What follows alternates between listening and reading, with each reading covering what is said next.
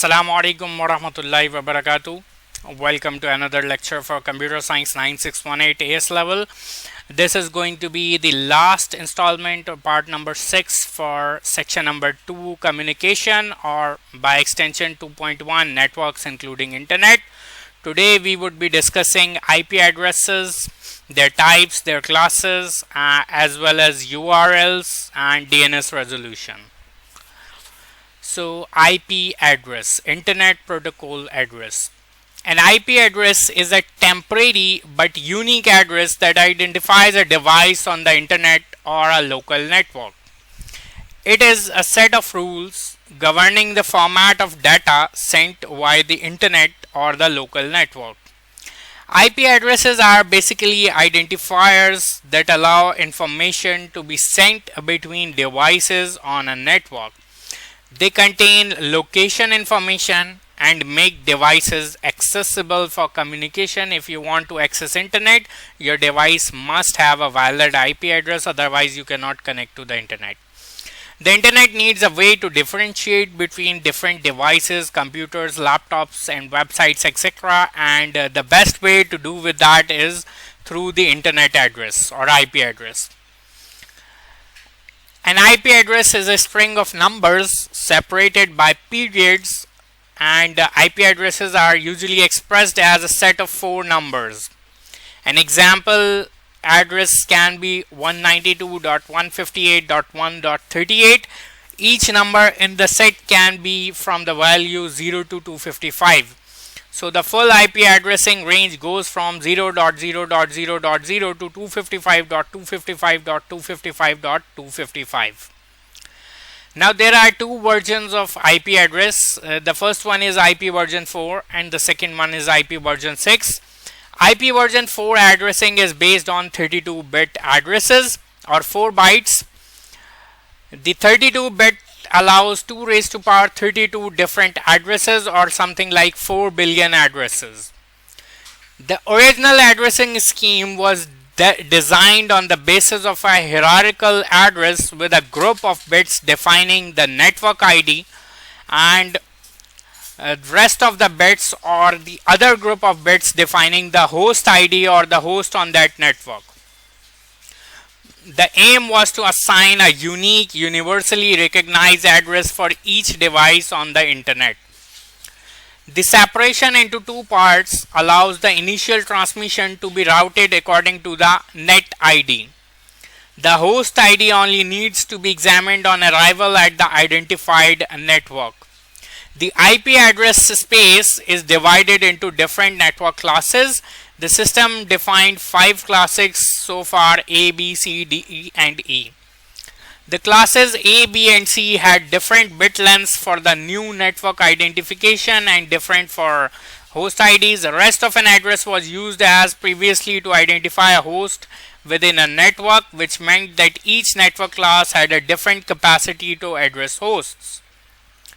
Class D was allocated for multicast addresses and class E was reserved for future applications. However, the IP address users and the IP addresses and the internet users grew exponentially, and we had to move to an entirely new IP addressing system that was known as IP version 6.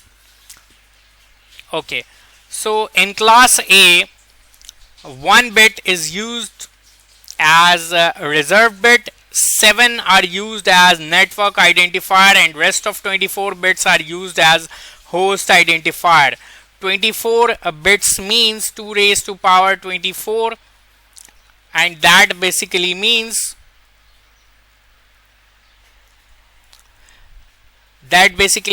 you can have something like 16 million host IDs on a class A network. On class B we have 2 bits for as a reserved data, and 14 is used as network ID, whereas 16 are used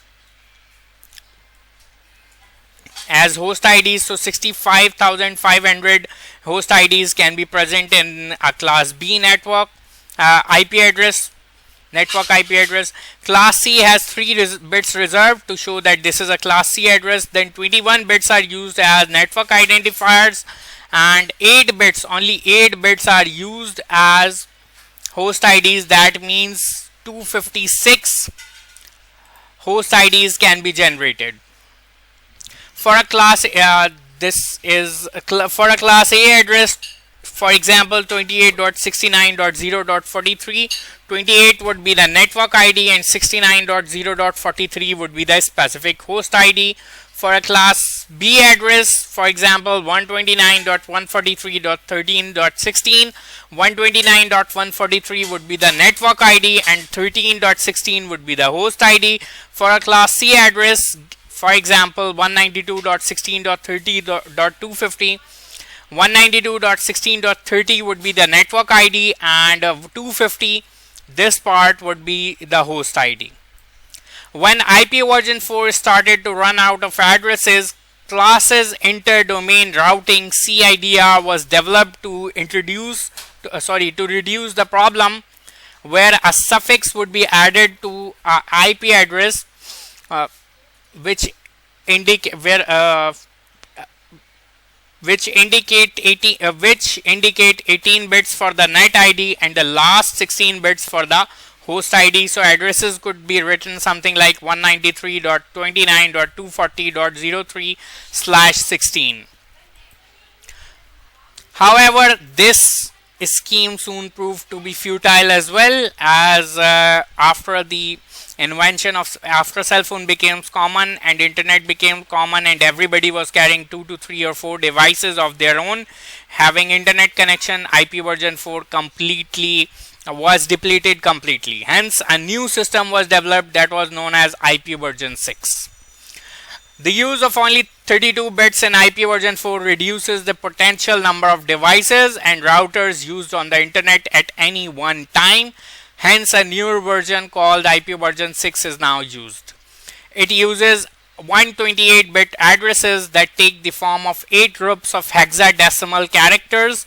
For example, something like A8FB, 7A88, FFF0, 0FFF, 3D21, 2085, 66FB, F0, FA. As you notice, there are 8 segments or 8 groups of 4 hexadecimal characters each in a typical IP version 6 address, and all of them are separated by colons. IP version 6 has been designed to allow the internet to grow in terms of the number of hosts and potential increase in the amount of data traffic. The main advantages of IP version 6 compared to version 4 are it removes the risk of IP address collision. 128-bit addresses mean roughly 3.4 into 10 to the power 38 different addresses, which is extremely big number. Hence there is no chance of IP address collisions. It has built-in authentication checks and it allows for more efficient packet routes, and it removes the risk of private IP address collisions because so many different addresses can be generated. 10 raised to the power 38 addresses can be generated. So technically a chance of IP address conflict is very, very slim. Zero compression. IP version 6 addresses can be very long, as we have just seen. It has 8 segments. Thus, using zero compression, they can be shortened if they have consecutive fields of zeros. For example, if you have an IP version 6 address which is written as 1234.1234.000000000 00000000034563434, it can be compressed to 1234.1234 double semicolon 34563434. These 4 segments would be replaced with 2 semicolons, and the computer would know because of these that it has to fill the remaining space in between with zeros. Zero compression can only be applied once in an IP version 6 address. For example, if you have this address, as you can see, there are 2 places where there is a zero field present, or all zeros present or segments with all zeros present. It can either be written as 1 2 3 4 double semicolon 5 6 7 8 0 0 0 0 0 9 1 0 1 1 1 2, or it can be written as 1 2 3 4 then zeros then 5 6 7 8 0 9 1 0 1 1 1 0. But it cannot be written as 1 2 3 4 5 6 7 8 0 9 1 0 1 1 1 1. These zero compression cannot occur in a single address at two places. It can only occur at one place at a time. Subnetting. Subnetting is a method of dividing a single physical network into logical subnetworks so that the maintenance becomes easier. Subnetting allows a business to expand its network without requiring a new network connection from the ISP. It helps to reduce the network traffic and also conceals network complexity. It is necessary when a single network number or a single network connection must be assigned to several portions of a local area network. For example, if an organization has 180 employees in 7 departments who each need a network connection, a traditional way to do that would be to acquire 7 network connections from the ISP or 7 different gateways from the ISP and provide internet to each department separately. This would be costly, as now the ISP would be sending you 7 bills instead of just one, or 7 times the bill, because you have gotten 7 connections from them, and it would plus it would leave out many empty addresses on the LANs that can't be used anywhere else in the world, because IP addresses are supposed to be unique. Each LAN can go from 0 to 255 host IDs, so 7 into 256, we are going to have 1729 unique addresses, out of which 80 would be used and 1612 would be lost or wasted. A better way is to use one network connection, and by using subnetting, distribute it on the 7 departments, or 7 divide by using subnetting, break your one connection in 7 subnets or smaller LANs. A single address can cater to 56 host IDs, but over here a single address means a single network ID, out of which 180 would be used and only 76 would be wasted, which is very much acceptable and very little as compared to 1612 being wasted. Here's a diagram of how that would be done. The internet would be giving the signals to the router, which would be then distributed onto 7 different smaller LANs. Public versus private IP address. When a device connects to a private network, a router assigns a private IP address to it. That IP address is unique on that network, but it might be same as an IP address on a separate network. However, when a router is connected to the internet, it is given a unique public IP address, which is usually supplied to by the ISP, internet service provider, so that your router can be recognized globally on the internet and it can stay connected to the internet. No other device on the internet has the same public IP address.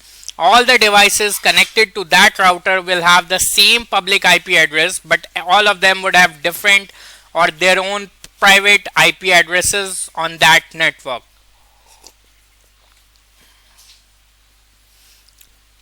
Here's a difference between public and private IP addresses. Obviously, you don't need to remember so many. You can just remember any 4 which you feel like are the most easier to remember. Private IP addresses scope is local. Public IP address scope is global. Private IP address is used to communicate within the network. Public IP address is used to communicate outside the network.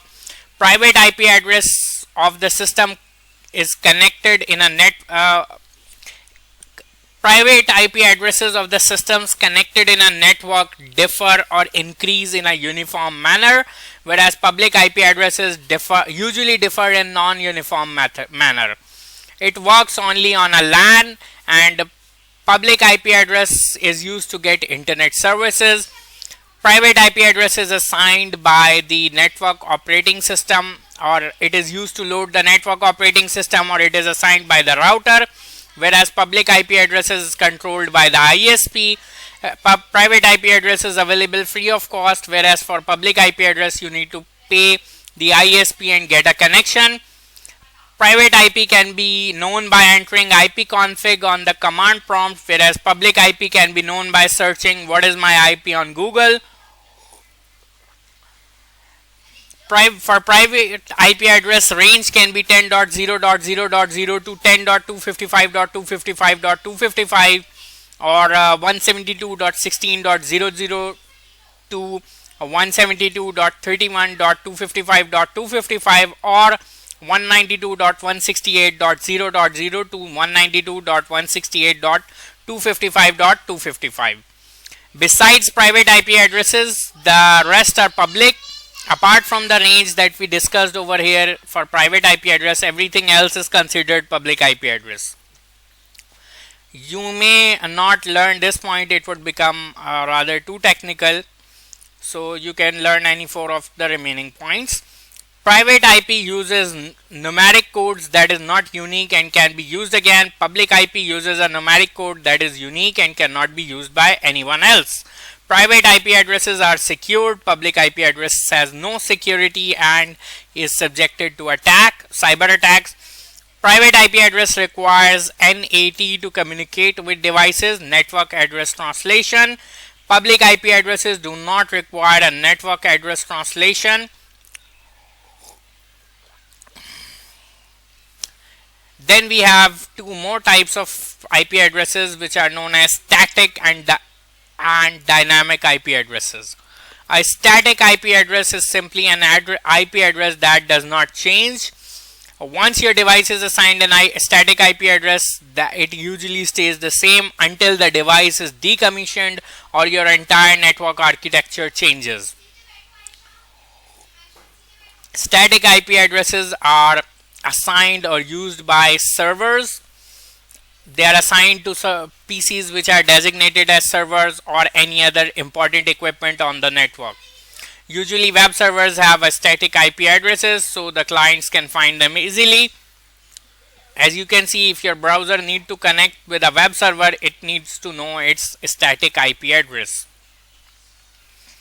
As the name suggests, dynamic IP addresses are subject to change. Every time you restart your network or you connect to the internet, your dynamic IP address changes.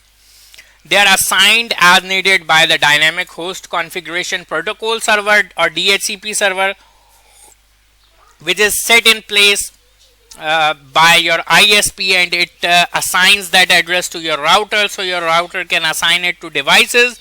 So Cambridge often completely ignores the DHCP part and only accepts that dynamic IP address is assigned by routers only, although that is not entirely true. We use dynamic addresses because IP version 4 doesn't provide enough static addresses to go around, although we do have IP version 6 addresses as well, but IP version 4 has not become obsolete yet, and both systems are used simultaneously or side by side. So for example, a hotel probably has a static IP address, but each individual device within its room would have a dynamic IP address. So when this is a diagram to make you explain how dynamic IP address works. Whenever a workstation is required to connect to the internet, it connects the DHCP server or it sends the request through the router, and in return the DHCP server with the help of the router assigns it a temporary dynamic IP address so it can connect to the internet. Then it can use the static IP address of a web server to open any website that it wishes to.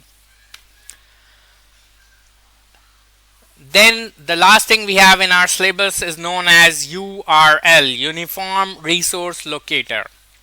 A web browser can allow users to access and display web pages.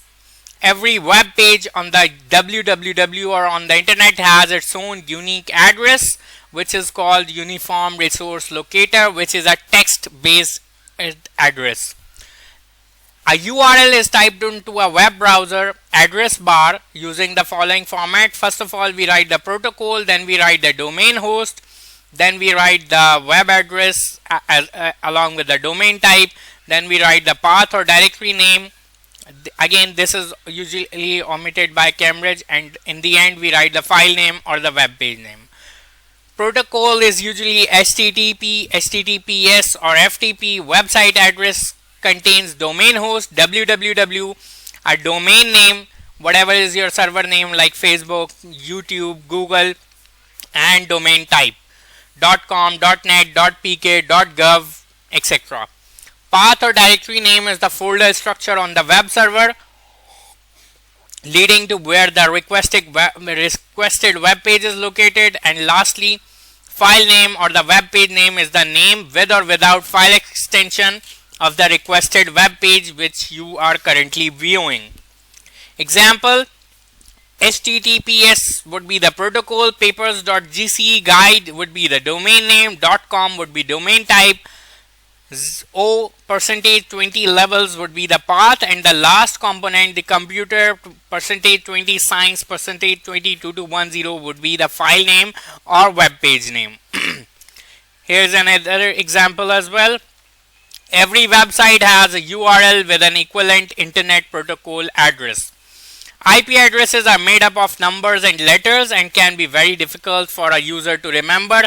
That is why users commonly use URLs or the text-based addresses, as they are much easier to remember. Google.com is easier to remember rather than 192.172.16.92. However, for accessing a web server, your browser needs to know the exact IP address of that web server, but the user only enters the textual address. So for solving that problem, we have special servers on the internet which are known as domain name servers or domain name service DNS servers, which technically act as the phone book of the internet. They basically contains very long databases or very long tables with only two columns. First column contains the URL or the domain name, and the other one contains the relevant IP address. When the user type domain name such as youtube.com, nytimes.com or anything else into a web browser, your browser goes to the nearest DNS server and it asks for the relevant IP address. DNS server then responds back with the requested IP address, and the browser then uses that address to communicate with the origin server to access the website information and display it to the user. Here is a diagram, or rather an infographic, to make you understand how this process of DNS resolution works. First of all, the browser sends the request to DNS that I need direction to, for example, this www.wpbeginner.com website. If the DNS server can find it in its database, good. Otherwise, it resends the request or redirects the request to another DNS server.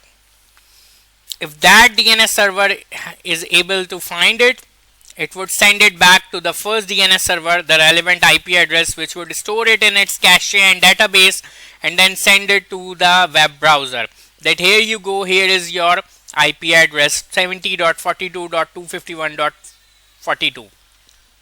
The web browser will then use that address to contact the original server located at 70.42.251.42, and the web server would then send the web pages written in HTML of this specific address to the web browser, which would then translate it and display them to the user, completing the operation which is known as DNS resolution.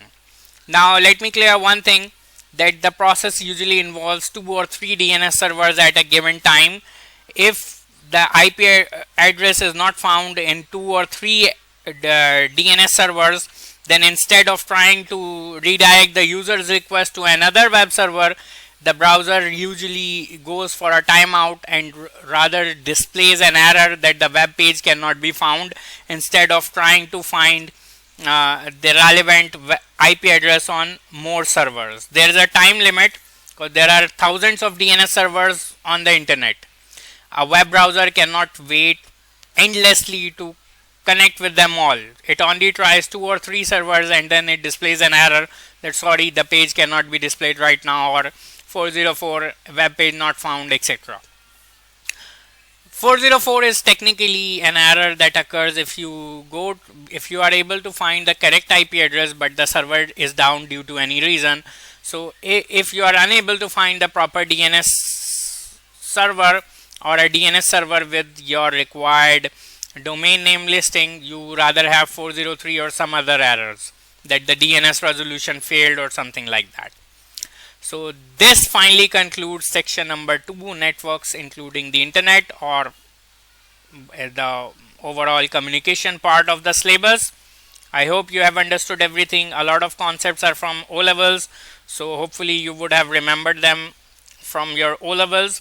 Still, if you have any problem, you can watch my videos of section 5 from O levels to gain your prerequisite knowledge for this section, or you can just comment them below in form of questions. I'll see you guys in the next lecture. Till then, take care. Allah Hafiz. Don't forget to subscribe if you haven't already, and tell your friends about my channel. Thank you.